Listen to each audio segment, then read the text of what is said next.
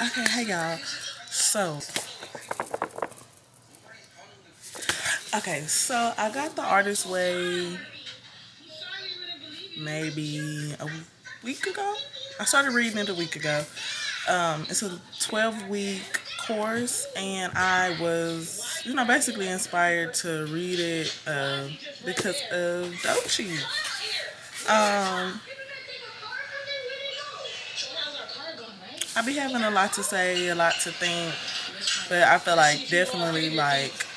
But before I was so rudely interrupted, I got The Artist Way basically 2 weeks ago today. I read, it's like a 12-week course. It's not meant to like speed read it. You're supposed to read it one chapter a week. Every chapter is a new week. So I've read chapter one, and every chapter comes with like tasks to do during the week. You're supposed to do, well, you can do it however you want to. I do like a Sunday to Sunday, but I also wanted to document it just to see, like, my growth throughout the whole, journey or whatnot. And we also have like morning pages. That's 3 pages where, like, whenever you wake up in the morning, you just write like whatever's on your mind. Nothing is right, nothing is wrong. And I also been doing that. I actually got it with the book. Hold on, I'm finna show it to y'all. Okay, so I got it came as a set. So this is the book, and then this is the morning pages journal. You don't necessarily need it, but just to show y'all.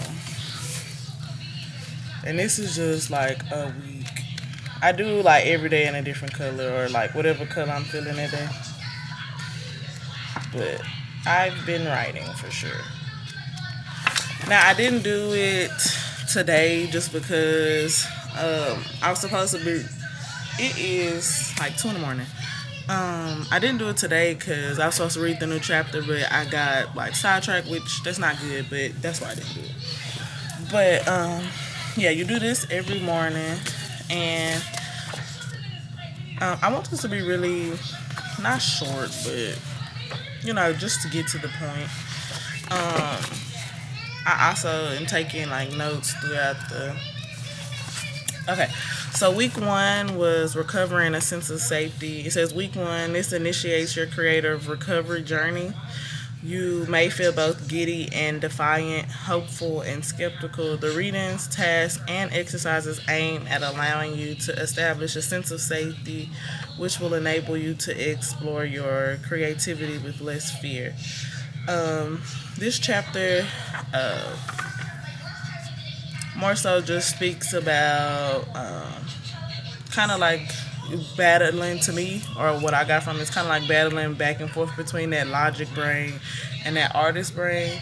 A lot of us get so like caught up in like this is logically what sounds right, and it's like artists, depending on our upbringing, artists is how you refer to yourself or how you refer to in the book.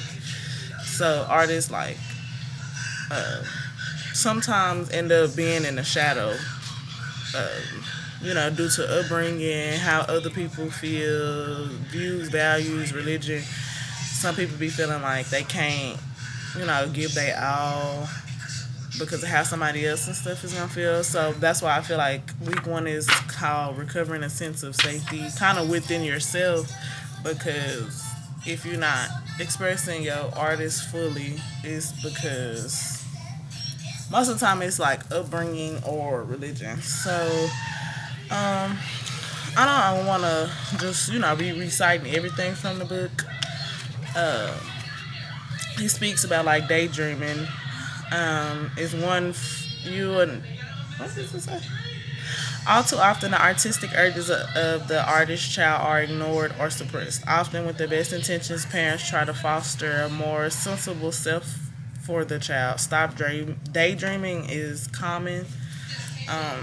Doodling, most of the time when people like daydream, they're like doodling and stuff like that. They basically saying like that's a way that the artist brain tries to like express itself, but it's commonly like suppressed. It says also some people are too intimidated to also act on their true passions in life. They let that censor your sensors, your brain, that voice in your brain. Um, the book is how the censor is how the book refers to the brain. Um, Sometimes you let that censor like talk you out of a lot of stuff, and that's basically what a censor is. It's there to like, oh girl, you can't do that, or you shouldn't be doing that. And whole time, if you can get over that censor, then you kind of unlock a whole. Um,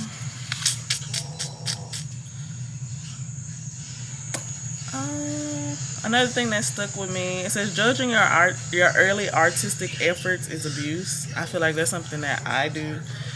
It says beginning work is measured against the masterworks of others. I put comparison, and then the second one was beginning work is exposed to premature criticism or shown to overcritical friends. So I put comparison is the thief of joy, because it's like a lot of people do, like when they first start out, they are comparing like, oh well, this person is doing this and I'm doing the same exact thing, but it's not working for me like that, and it's because everybody on their own journey. So if you call yourself like comparing yourself, always comparing yourself up against somebody else, that's gonna steal your joy quite literally, because you like, pointing the finger, why this not happening for me, and why this happening for that person. And it's just like everybody on their own journey. And then the second one I put negativity, no support. Uh, you can't tell everybody your goals. Everybody not gonna understand it, and I'm also learning that myself. You can't tell everybody like what you got planned or what you want to do, because everybody not gonna see your vision how you gonna see it. And a lot of people let them, third parties get in their ear like, oh girl, you shouldn't do that, or oh well, I feel like this not gonna work out, and then you get discouraged. But it's like God didn't put that on your heart for nothing. You didn't have that business idea for nothing. Um,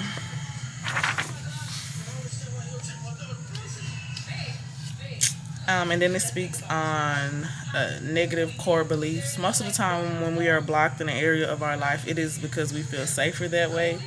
We may not be happy, but at least we know that we are that unhappy. Much fear of our own creativity is the fear of the unknown. And so it lists a list of 10, and I selected 4 out of the 10 that, you know, I feel like also keeps me from like, acting on everything. I would hurt my friends and family. It'll upset my mother and or father. I would have to be alone, and then I would do bad work, and I know that it looks a fool. And those are just, a few core beliefs for myself that I feel like kind of keeps me from like, actually acting on my, creativity. It says none of these negative core beliefs need to be true. They come from our parents, our religion, our culture, and fearful friends. I put just thoughts because that's still all in your head. That don't necessarily mean that it's true. Um, it says what you are is scared. Core negatives keep you scared. Um, it says as black creatives, we often sit on the sideline critiquing those in the game. And then I also put jealousy / comparison, because you steady comparing yourself up against somebody else, and it's like everybody on their own journey. But a lot of people project, like, since they feel like they should be there and they not, they talk about the next person, and it's like most of that not even like called for. If that makes sense. Um, so it talks like about affirmations. I deserve love. I deserve fair pay. I deserve a rewarding creative life.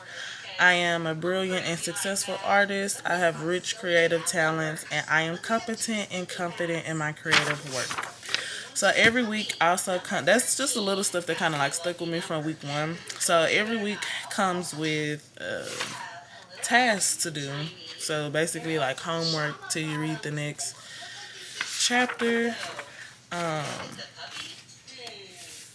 and your artist day. An artist day is basically something that you do that are somewhat that triggers that creative brain, but more so like, that creative inner child.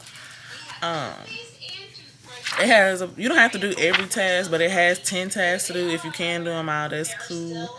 Um, and you're supposed to do your morning pages every day, which is 3 pages.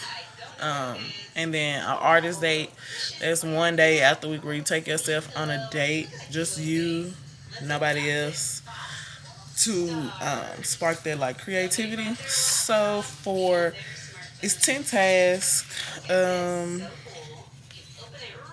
Did I do these? I did. What is that? So I did for my artist day. I couldn't decide what to do for real.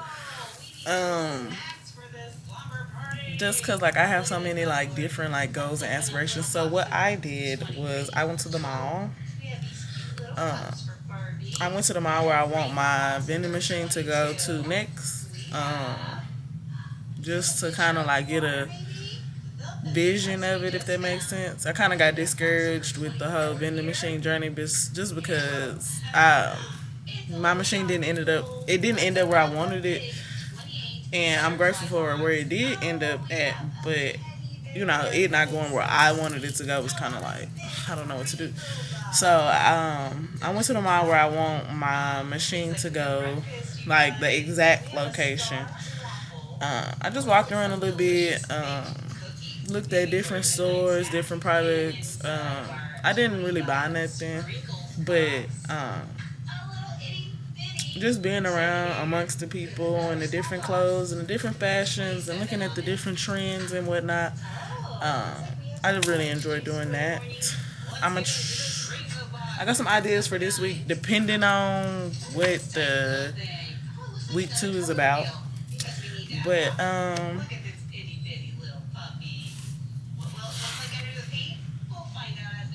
yeah.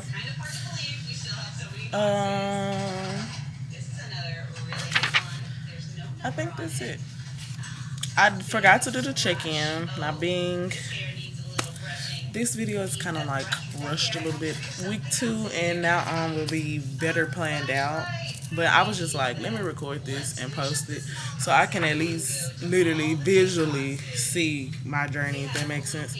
It is a check-in that you're supposed to do. I recorded this video and my camera got all these different settings on it, and I recorded this video and didn't realize that I recorded it on a setting that don't record audio.